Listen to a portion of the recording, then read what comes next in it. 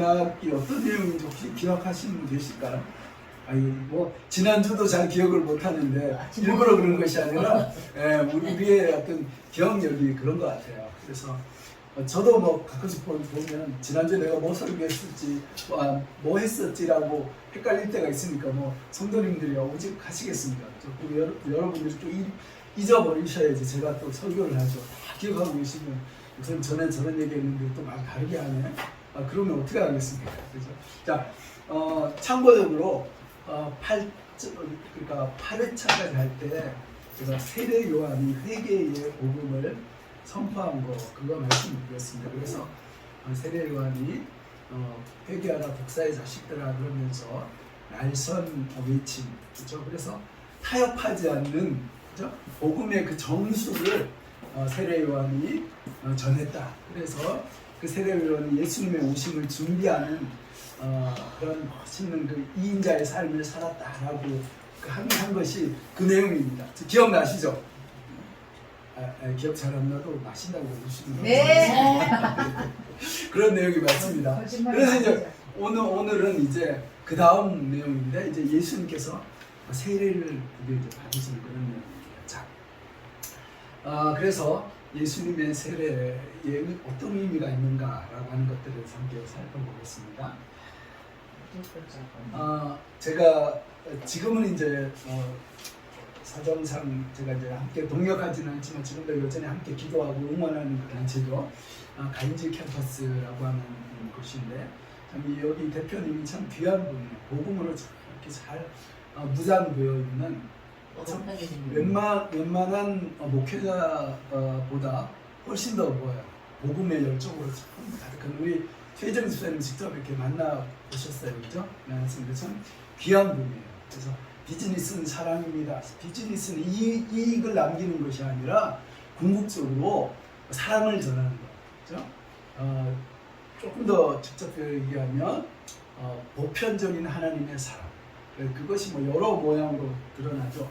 그것이 어떤 직접적인 어떤 종교적인 그런 것뿐만 아니라 우리가 기업 활동을 정직하고 바르게 함을 통해서 그 이윤들이 사회로 이렇게 환원되는, 그래서 사회가 더 풍성해지고 아름다워지는 것, 그것을 위해서 우리는 비즈니스를 해야 됩니다라고 하는 정말 하나님의 어떤 말씀에 입각한 바른 그런 귀한 사역을 잘 감당하고 있는데 이분이 한 번 이런 얘기를 했어요.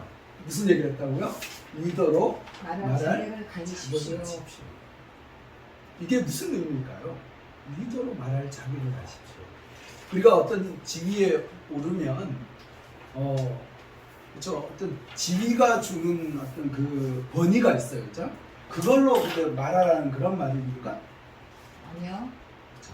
그렇게 말하면 어떤 반응이 있을까? 내가 직책으로 어떤 말을 물론 할 수 있죠. 내가 예를 들어 어떤 사장님입니다. 좀 사장님의 권위로 말을 할 수가 있어요. 그런데 자격이 없이 말할 때가 되게 많아요. 그게 무슨 말이냐면, 그러니까 사장님인데 결국 뭐예요? 그 사장의 직책으로 이렇게 말할 뿐이지 그 삶을 이렇게 뜯어보면 뭐예요? 내게 월급 주는 것 외에는 너 별로 존경할 것도 없고 따를 것도 없는 그런 리더가 있을 수가 있다는 겁니다. 주변에 그런 리더들이 얼마나 많은가 모르겠습니다. 내가 참 먹고 살려고 그러는 거지 내가 사장님이 저렇게 안 한다 그런 직장인들이 많습니다. 그죠? 맞아요. 그래서 리더로 말할 자격을 가지라라고 하는 이 말의 의미는, 그렇죠? 리더의 삶 가운데 그 구성원을 향한 진정한 섬김과 배려가 있는 그런 삶을 살고 있는가, 그런 자격이 있는가라고 하는 것을 묻는다는 거예요. 여러분 한번 생각해 보십시오. 내가 그렇죠? 어떤 직급이 돼서 그걸로 얘기하고 그것 때문에 어쩔 수 없이 복종을 할 수 있을지 모르지만 마음에서 우러난 그런 진정한 어떤 그 따름 이런 건 없다라는 거예요. 맞습니다. 제가 왜 이 말씀을 드리냐면 오늘 우리가 예수님의 삶을 이렇게 우리가 쭉 이제 살펴볼 텐데 예수님의 삶은 어떻습니까? 말 따로 행동 따로입니까? 아니요. 아니죠. 오직 실제 정말 행하는 거. 표리이체입니다. 그죠? 겉과 속이 똑같은 분이었다는 거예요. 그래서 우리가 예수님을 존경하는 것이 그분이 어떤 권세가 있고 그분이 어떤 놀라운 파워가 있고 뭐 그런 것 때문이 아니라 그분은 뭐예요? 예수님의 이름 자체가 뭐예요? 섬김의 리더십으로 똘똘 뭉쳐있는 그분이 한번 말씀하시면 그냥 네 그렇습니다. 당신의 말씀이 100% 맞습니다 라고 하는 것이 그의 삶으로 뭐예요? 이미 증명되어지신 분이라는 거예요. 여기에 우리가 어떤 이견을 그 누구도 제시할 수가 없다는 거예요. 자, 제가 장황하게 이렇게 말씀을 드렸는데 그럼 도대체 예수님의 삶이 어땠길래 그러느냐? 자, 보십시오.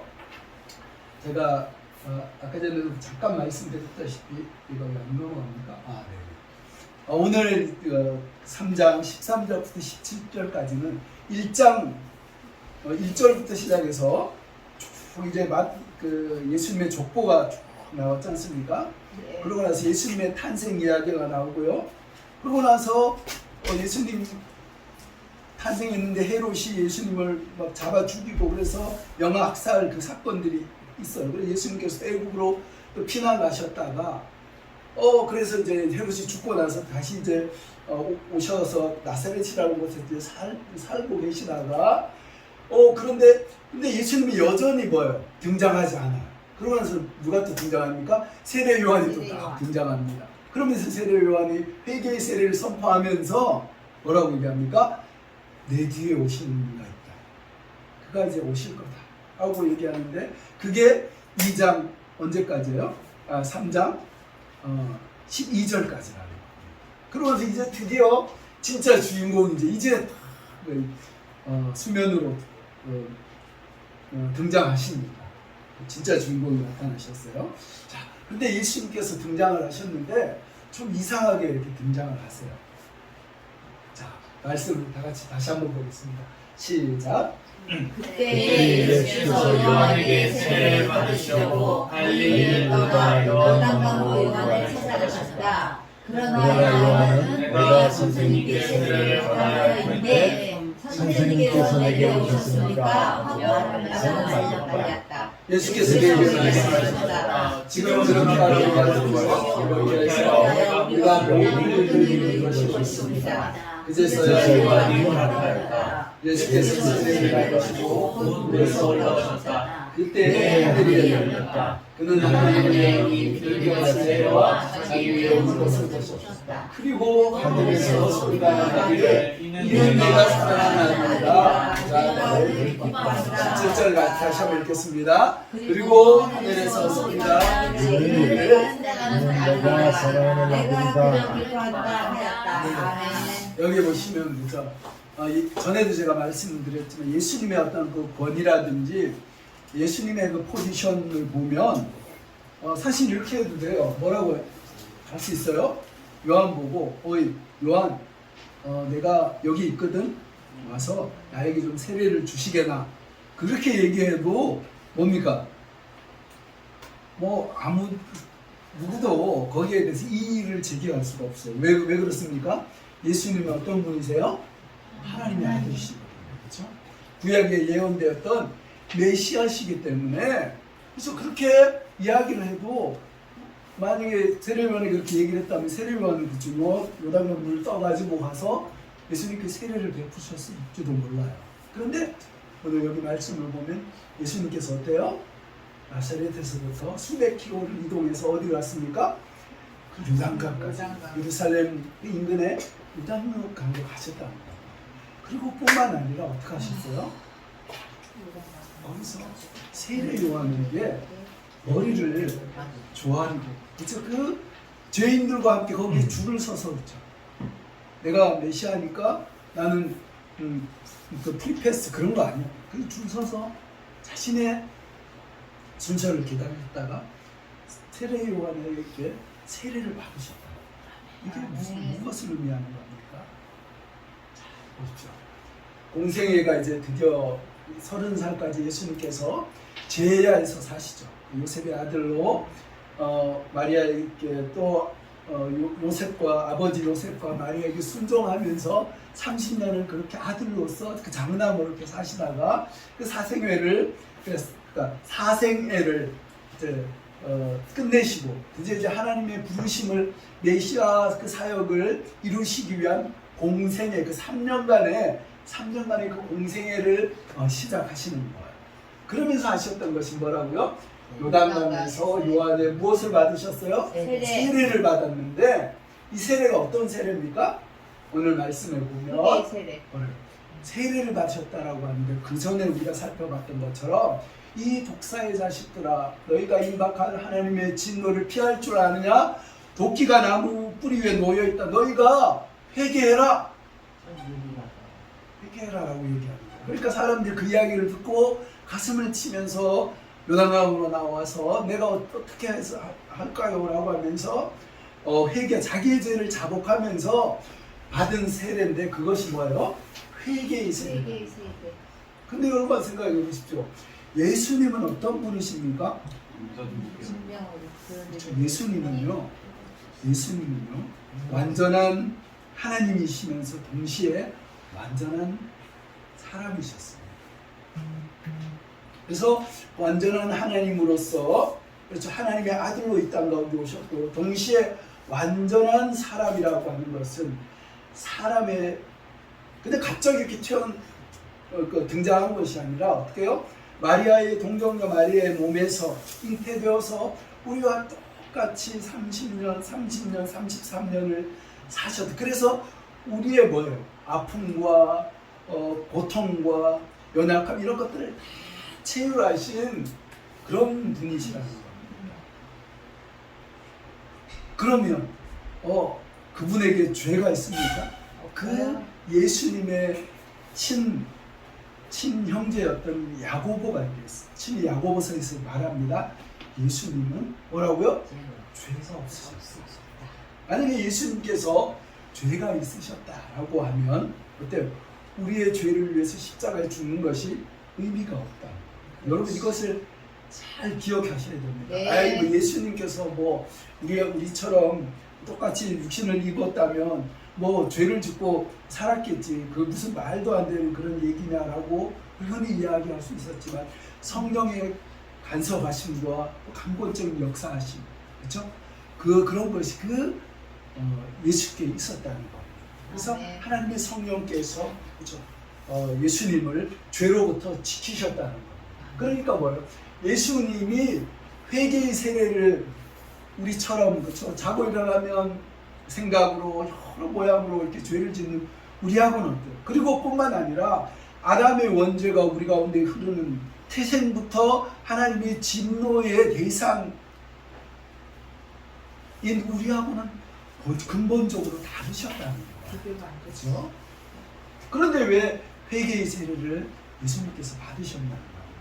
예수님께 실수하신 겁니까? 아니요. 왜 그렇습니까? 오늘 칼럼을 이렇게 주의 깊게 읽어보신 분은 아시겠지만 똑같이 생각을 해주셨어요. 예수님이 이 땅 가운데 왜 오셨습니까? 예수님께서 영광을 받으시기 위해서 오셨나요? 아니요. 예수님께서 목에 힘주시기 위해서 이 땅에 오셨습니까? 아닙니다. 인자에 온 것은 뭐예요? 섬김을 받으러 오셨다. 자기 몸을 대속물로 주시기 위해서 이 땅 가운데 오셨다고 분명히 말씀하고 있다는 겁니다. 예수님은 하나님의 불같은 진노 가운데 영원히 멸망할 수밖에 없는 그렇죠? 세상을 구원한 구세주로 이 땅 가운데 오신 분이라는 겁니다. 그래서 인간의 몸을 입고 오셔서 이 종의 형체를 입었다는 겁니다. 이 이야기는 뭐예요? 나는 하나님 보좌에 있던 나는 특별한 존재야 라고 하는 것이 아니라 뭐예요? 본인의 정체성을 분명히 기억했다는 겁니다. 나도 여기 서 있는 이 사람들과 다를 바 없는 똑같은 죄인이다 라고 합니다. 나는 이 죄인들을 위해서 그렇죠? 구원을 위해서 피 흘린 한 마리 하나님의 진노를 대신 받고 이 세상을 구원할 하나님의 어린 양이라고 하는 그 분명한 정체성을 가지고 뭐요? 그 회개의 세례 앞에 머리를 숙이셨다. 나는 모든 특권, 내가 가진 모든 권세, 영광, 그것들을 내가 다 포기합니다. 다 내려놓습니다. 라고 하는 그런 의미라는 거예요. 그래서 이 세례는 공생애가 시작되는 신호탄과 같았다는 겁니다. 예수님이 그렇게 그 세례 요한 앞에 나오니까 원래 고수는 고수를 알아보지 않습니까? 네.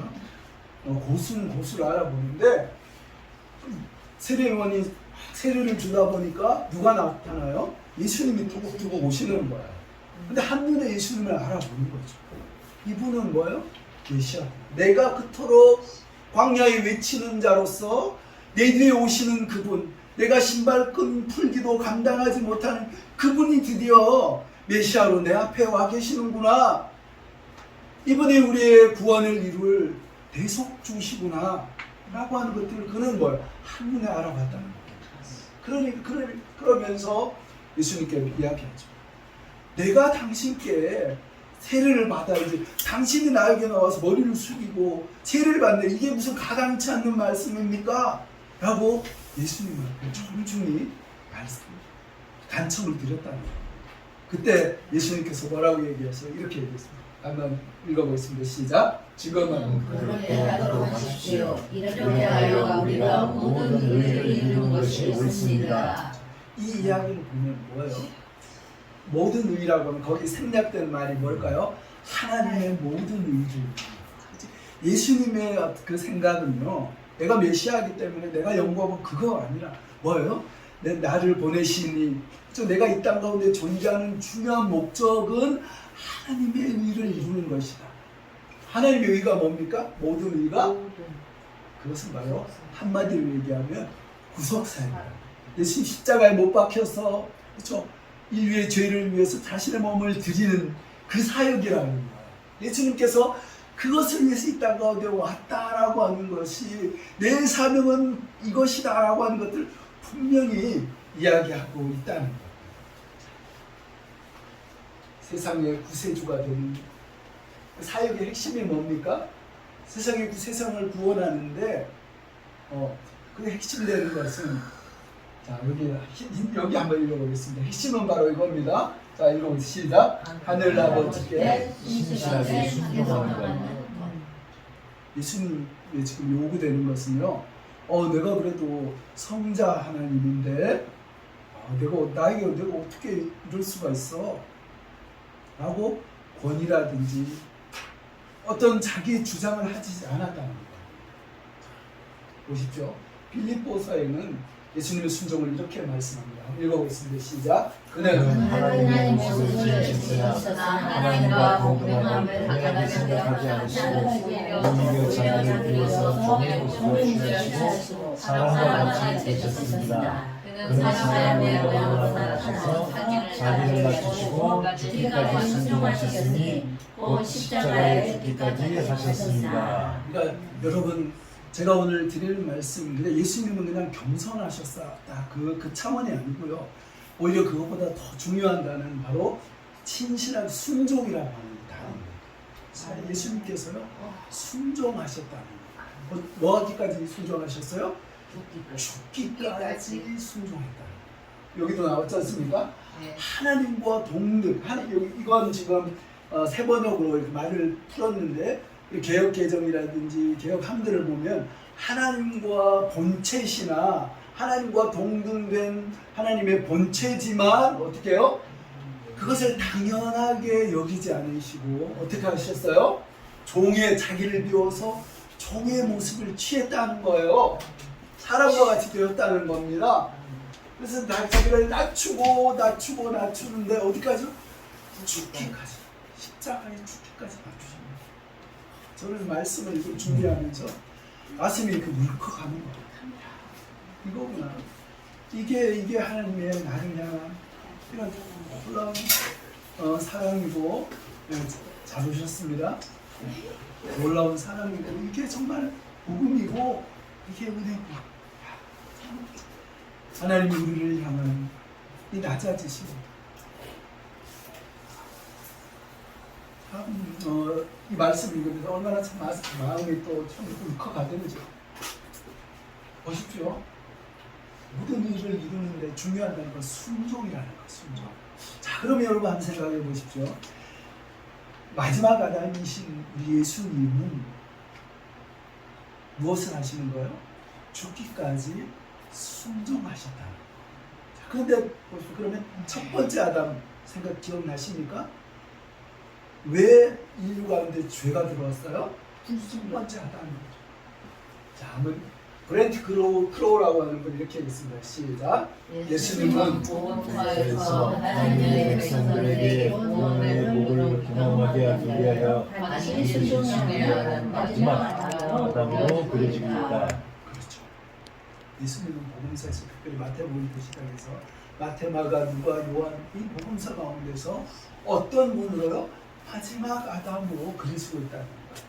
첫 번째 아담의 그 실패의 이유가 뭡니까? 결정적인 실패의 이유가 뭐예요? 그냥 이거 뭐 사과 같은 그렇죠. 그거 그냥 과일 하나님이 째째하게 그래서 그거 뭐 먹은 것 때문에 하나님께서 인류를 이렇게 심판하신 겁니까? 그거 아니죠. 가장 중요한 것은 뭐예요? 불순종이라는 거죠. 하와가 아담이 그 선악과를 보면서 뭐라고요? 야, 이거 먹으면 누구와 같이 돼요? 하나님처럼 된다. 더 이상 내가 피조물에 그러니까 내가 피조물이 아니라 내가 창조주의 자리에 설 수 있다. 그것 때문에 그거예요. 그 자리에 올라서겠다라고 하는 결정적으로 하나님의 말씀을 거역하고 교만으로 그 자만으로 자만의 자리에 올라갔을 때 이것이 죄라는 겁니다. 여러분 하나님이 치사하게 그 과일 그 동산에 있는 수많은 그 과일들 그거 다 먹게 하신 분이 선악과 그 뭐 과일 뭐라고 그걸 먹니 많이 그래서 죽이니 살리니 그랬겠습니까? 제가 전에도 말씀드렸지 않습니까? 그 선악과는 어디 있어요? 구석에 이렇게 찾아도 겨우 찾을까 말까 그게 아니라 눈만 돌리면서 볼 수 있는 가장 잘 보이는 곳에 선악과를 세웠다는 거예요. 어떤 분은 그런 얘기를 하더라고요. 선악과는 마치 성례전과도 같다. 성례전적인 의미가 있다. 그것을 보면요, 예수님의 그러니까 하나님의 우리를 위해서 피 흘리신 구속사였죠. 하나님의 사랑이 거기 있다는 거예요. 하나님의 권위가 거기 있다는 겁니다. 하나님의 능력이 거기에 있다는 겁니다. 하나님의 모든 것을 상징한다는 거예요. 그래서 이것을 먹으면 이 권위, 하나님의 너는 이 과일, 이 선악과를 볼 때마다 기억하는 것은 너는 피조물이고 너를 지은 창조주가 있다라고 하는 그 사실을 그걸 볼 때마다 그걸 기억합니다. 근데 사단이 그렇죠? 불순종하게 하지 않습니까? 그거 네가 하나님 되라. 거기에 덥석 어떻게 해요? 자기가 하나님이 되고자 하는 그 교만으로 하나님의 말씀 불순종. 그것을 인해서 어떤 결과가 나왔습니까? 우리가 지금 겪고 있는 수많은 죄와 죽음들, 그렇죠? 아픔들, 이런 절망들이 우리 가운데 있게 되었다는 겁니다. 자, 한번 로마서 5장 12절 이렇게 말씀합니다. 읽어보겠습니다. 시작. 그러므로 한 사람으로 말미암아 죄가 세상에 들어왔고 또 그 죄로 말미암아 죽음이 들어온 것과 같이 모든 사람이 죄를 지었기 때문에 죽음이 모든 사람에게 이르게 되었습니다. 그렇죠. 한 사람, 그렇죠. 그 첫 아담으로 말미암아서 그 범죄로 말미암아 그 불순종으로 말미암아서 죄가 들어와서 그렇죠. 모든 아담 이후에 모든 사람이 죽음에 이를 수밖에 없어요. 저주 가운데 삶의 두려움과 공포와 불안 가운데 살 수밖에 없는 왜요? 하나님과 분리되었기 때문에. 여러분 생로병사 이러면 늙으니까 시간이 가서 이렇게 늙어서 죽는 겁니까? 그렇지 않다는 거예요. 우리 하나님께로부터 분리됨으로 말미암아 죽음이 그 가운데 들어오기 시작했다는 거예요. 그래서 우리가 예수님을 구주로 영접하면 어때요? 그 끊어졌던 하나님과 단절됐던 그 생명이 영생으로 연결되어지는 것이에요.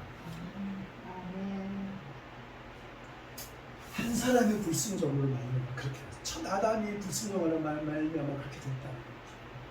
그런데 마지막 아담이 그 예수님께서 공생애를 시작하시면서 어떻게 합니까? 자신의 모든 것들을 내려 완전히 무장해제하고 나는 죄인입니다. 그렇죠? 나는 대속죄물입니다. 나는 하나님의 진노를 한 몸에 받아서 죽을 수밖에 없는 그런 존재입니다 라고 하는 것을 고백하면서 겸손하게 하나님의 말씀에 철저히 순종하신다. 참 얼마나 이렇게 예수님의 세례에 이렇게 놀라운 뜻이 있는지, 그 회개의 세례를 받으시면서 기꺼이 낮아져서 물에 잠겼다가 올라오시는 그 주님을 보면서 그 결과 어떻게 됐습니까? 어떻게 됐어요? 예수님께서 그렇게 순종하시면 그렇게 낮아지셔서 모든 것들을 포기하고 그 예수님 하나님께서 허락하신 그 사명을, 그 부르심을 순종하면서 나갔을 때 어떻게 됐습니까? 빌립보서 2장 9절부터 11절은 또 이렇게 말씀하면서 읽어보겠습니다. 시작. 그러므로 하나님께서 그를 지극히 높이시고 모든 이름에 뛰어난 이름을 그에게 주셨습니다. 그리하여 하늘과 땅 위와 땅 아래에 있는 모든 것들이 예수의 이름 앞에 무릎을 꿇고 모두가 예수 그리스도는 주님이시라 고백하여 하나님 아버지께 영광을 돌리게 하셨습니다. 동등 하나님과 본체이시나 같이 되는 것을 같이 되지 않고 어떻게 됐어요? 자기의 몸을 비워서 종의 형체를 입고 죽기까지, 십자가에 죽기까지 순종하셨다는 거예요. 그런데 그 이후에 어떻게 됐습니까? 보십시오. 하나님께서 그를 높이셔서, 지극히 높여서 모든 일을 위해 뛰어난 이름을 주셨다는 거예요. 그리고 그래서 어떻게 됐습니까? 하늘과 땅 위와 땅 아래에 있는 모든 것들이 어떻게 합니까? 예수의 이름 앞에 무릎을 꿇고 그 순종하며 십자가에서 죽으신 그 이름 앞에 예수님 당신이 주인이십니다. 예수님 당신이 왕이십니다. 예수님 당신이 나의 참된 구원자가 되십니다 라고 고백하면서 십자가에서 죽으신 그 주님의 이름을 높여드리며 그 이름 앞에 경배하게 했다.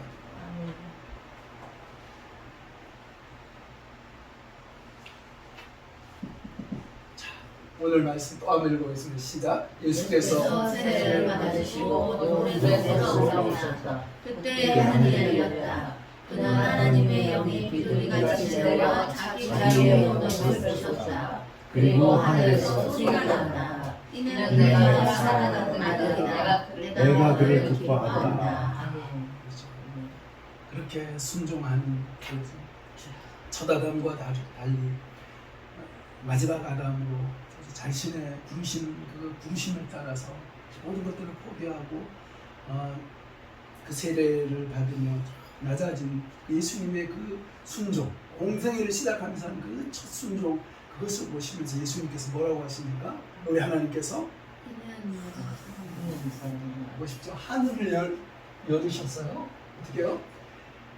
성령께서 비둘기같이 그게 머리 위에 임하시네. 성부, 성자, 성령 삼위일체의 그런 축복들이 임하는 거야. 그러면서 하늘에서 결정적으로 성부 하나님께서 뭐라고 말씀하십니까? 이는 내가 사랑하는 아들이다. 내가 그를 기뻐한다는 거야. 할렐루야. 네. 이는 내가 사랑하는 아들, 내가 그를 기뻐한다. 하나님은 어떤 사람을 기뻐하세요? 순종하는 사람. 자신의 기득권을 내려놓고요. 정말 이렇게 낮춰서 이렇게 순종하는 그 사람을 하나님께서 기뻐하신다. 지난 주간 그 월요일 하루 종일 그 설교 세미나를 하면서 참 이 설교 세미나의 비용이 얼마인지 아십니까? 하루 종일 합니다. 얼마 정도 할까요? 어디서 하는 거예요? 네? 학교에서요? 어디서? 온라인. 온라인으로 하는 거예요? 네, 줌으로. 줌 강의로? 한 2, 30만 원인가? 100만 원인가? 이게 이 가치가 한 1,000만 원 정도 되는데요. 아. 근데 10,000원이에요. 웬일이야, 너무 싸다. 말도 안 돼. 저 말도 안 되죠. 아, 여기 말도 안 돼. 보시면 이분 참 오명교 목사님이라고 하시는 분인데 저하고 덕소 남양주 덕소에서 덕소. 하십니다. 저희 이제 선배님이세요. 저 학신 졸업하신 아주 귀한 분인데 이분이 이렇게 작은 교회, 그죠? 작은 교회를 섬기기 위해서 본인이 평생 그 배웠던 그 노하우를 10,000원 받고 세상에. 전수해 주시는 거예요. 하루 종일. 얼마나. 야, 여러분 이게 뭐 계산이 됩니까? 여러분 제정신이 아니죠, 그죠? 100만 원을 주셔야지. 아유. 약간. 근데 이게 그냥 10,000원짜리이기 때문에 이렇게 시시한 게 아니라 말씀드린 것처럼 1,000만 원 이상의 가치를 합니다. 그러면서 이분이 하시는 말씀이 뭐예요? 이분이 은퇴하셨어요. 작년 이제 연말에 은퇴하셨는데 여러분 은퇴하고 나면요 목사님들이 얼마나 외로운지 아십니까? 맞아요. 불러주는 게 없고 또 교회도 가면 눈치 보여요. 맞아요. 물론 목사님이라고 또 이제 있으면 새로 후임 목사가 이제 목회하는데 부담이 돼서 가기도 힘들고 그래서 뭐 이렇게 은퇴하신 목사님들만 모여서 이렇게 또 예배 드리는 곳이 있는데 너무 외롭다는 거예요. 사역의 현장이 없었어. 그런데 이분 같은 경우는죠. 그 이유가 오히려 더 바쁜 거예요. 왜요? 섬기기 위해서 본인이 가지고 있는 것들을 그냥 이렇게 베풀고 나누는 거예요. 이걸 얼마나 바쁘신지 아유, 세상에. 바라기는 저도 이렇게 나중에 이제 은퇴하고 나면 박스 주우스로 다니는 게 아니라 다른 사람들에게 그렇죠 이 하나님의 은혜를 나누는 이런 멋있는 삶을 살고 싶습니다. 참 이분이 얼마나 어떻습니까? 이분 존경 받을까요? 존경 받지 않을까요? 존경받지요, 당연히. 정말 야 이분 정말 예수님 닮은 분이다. 세상에서는 못 봤죠. 조용. 그분이 어디 계세요? 넉서 있어. 예, 덕소에 있습니다. 덕소예요? 예, 거기 꼭 가야 되겠네. 귀한 분입니다. 그래서 이분을 보면서 뭐라고 얘기해요? 우리 하나님께서 이는 이렇게 말씀하지 않겠습니까? 이는 내 사랑하는 아들이다. 내가 그렇게 하고. 자, 그러면 이분만 이렇게 은퇴하고 이렇게 해야지만 하나님께서 이렇게 칭찬하실까요? 아니, 목사님도 그렇게 하셔야지. 큰 목사보다 더 바빠요. 제가 아까 전에 그 리더십에 대해서 말씀을 드렸지만 개인적으로 참 앞에 계신데 제가 말씀드린 것처럼 그래서 좀 그렇습니다만 우리 김종현 집사님 같은 그 참 리더십을 제가 참 너무 이렇게 참 감사하는 것이 정말 하나님 기뻐하시는 리더십이에요. 회장님으로서 그죠? 얼마든지 그 이익을 본인이 이렇게 다 먹어도 누가 뭐라 그래서 그럴 사람 없어요. 근데 그것을 다 투자자들을 위해서 그 직원들을 위해서 이렇게 나누셨다라고 합니다. 저는 마지막 전에도 말씀드렸지만 마지막 그 강의를 하시는데 뭐 가슴이 이렇게 울컥울컥하더라고요. 너무 참 왜 우리 집사님께서 삶으로 뭐예요? 낮아지셔가지고 마땅히 당신이 취해야 될 그 이익들을 포기하고 그렇게 섬기는 그거 자체가 뭐예요? 이미 사람들의 마음을 움직이는 거예요. 지난번에 말씀하신 그래서 법카를 쓰라고 주는데 직원들이 법카를 안 쓴다는 거예요. 그런 회사가 세상에 어디 있습니까? 아니까 리더가 그렇게 리더십이 그렇게 섬기는 거예요. 아니까 하나님께서 우리 김종현 집사님, 김종현 집사님 그 섬김을 통해서 하나님께서 놀랍게 복 주시길 원합니다. 아멘. 틀림없이 은혜 주실 거예요. 뭐 화려하게 거기서 뭐 예배를 드리고 그런 거 아니어도요. 종교적인 모양을 취하면서 얼마나 직원들을 힘들게 하는 회사가 많은지 아십니까? 아니라 하나님의 원리를 쫓아서 하나님의 그 리더십, 그 성경을 쫓아서 그렇게 기업을 경영할 때 하나님께서 왜 그 기업에 은혜를 주시지 않겠습니까? 여러분 큰 얘기만 해서 그렇습니까? 여러분의 맡은 바 자리에서 나는 뭐 기업을 운영하기 않기 때문에 나는 영향력을 미칠 수 없어 그렇게 생각하십니까? 천만에. 제가 오늘 아침에도 전에도 말씀드렸죠. 맨발 걷기 잠깐 하면서 참 그 들풀 피어있는 그 꽃을 보니까 너무 아름답더라고요. 보는 사람이 아무도 없어도 그는 뭐예요? 거기서 자신의 소임을 감당하는 거예요. 누가 뭐라 그러잖아도 그 부르심을 하나님께서 부르신 너는 들꽃이지만 거기서 피어나라 라고 했을 때 그걸 지나가면서 그걸 보면서 기뻐하는 거예요. 사람들이 인정과 존경, 칭찬 그것이 없어도 그 자리에서 그냥 피는 거예요. 우리가 묵묵히 하나님께서 세워주신 그 자리에서 나를 주장하고 내 권위를 내세우는 것이 아니라 거기서 나를 낮추고 예수님께서 그러셨던 우리의 영원한 롤 모델이신 그 주님께서 그러셨던 것처럼 그렇죠? 내가 그 자리에서 한 번 더 손해보고 섬기면서 낮아질 때 우리는 매력적인 하나님의 사람이 될 것입니다. 그럼 예수님의 향기가 왜 전해지지 않겠습니까?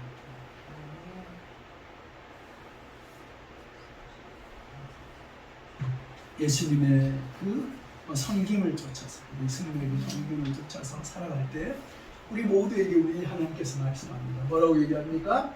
이는 내 사랑하는 아들이다. 내가 너를 기뻐한다. 이 표현이 영어 그 NIV 보면 well, pleased 이렇게 되어 있습니다. 그냥 기뻐한다라고 하는 것이 아니라 너무 기뻐한다 그렇게 하고 말씀합니다. 이 주인공들이 다 볼 수 있기를 주님의 이름으로 축복합니다. 주님의 삶을 통해서 예수님의 향기가 드나 저분 보면 저분은 어떻게 낮아서 저렇게 사시지? 라고 할 때 예수님을 닮았을 것 같아요. 그래서 예수님을 자랑하고 예수님을 증거하는 멋있는 우리 더미숙교 성도들이 다 되시기를 주님의 이름으로 축복합니다. 기도하겠습니다. 살아계신 하나님 아버지 은혜를 감사합니다. 오늘도 복된 주일 저에게 허락하셔서 또 하나님의 말씀을 통해서